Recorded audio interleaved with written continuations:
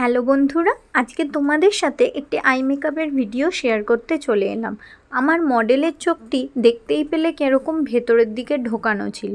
তো তোমাদের যাদের যাদের এরকম ধরনের সমস্যা আছে, না এটা ঠিক সমস্যা বলা যায় না, আমাদের যাকে ভগবান যেরম তৈরি করেছে আমরা সেরকমই।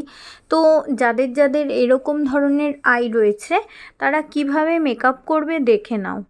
আমার মনে হয় যাদের এরকম ভেতরের দিকে ঢোকানো আই, তারা যদি কোনো ডার্ক শেডের শ্যাডো ইউজ না করে যদি হালকা শেডের মধ্যে কোনো শ্যাডো ইউজ করে তাহলে বোধহয় অনেকটাই বাইরের দিকে বের করা মনে হয় আইটা। আমি ট্রানজিশন একটা কালার দিয়ে ব্লেন্ডিং করে নিয়েছিলাম হালকা পিচ কালারের, তার সাথে তোমরা যদি চাও একটু ডার্ক করবে তো হালকা একটা ব্রাউন কালার মিক্স আপ করতেই পারো। করার পরে আমি ব্রবন একটু হাইলাইট করে নিয়েছি এবং একটুখানি শিমার ইউজ করে নিয়েছি মিডিলে, আইবলের জায়গাটা একটু শিমার ইউজ করে নিয়েছি।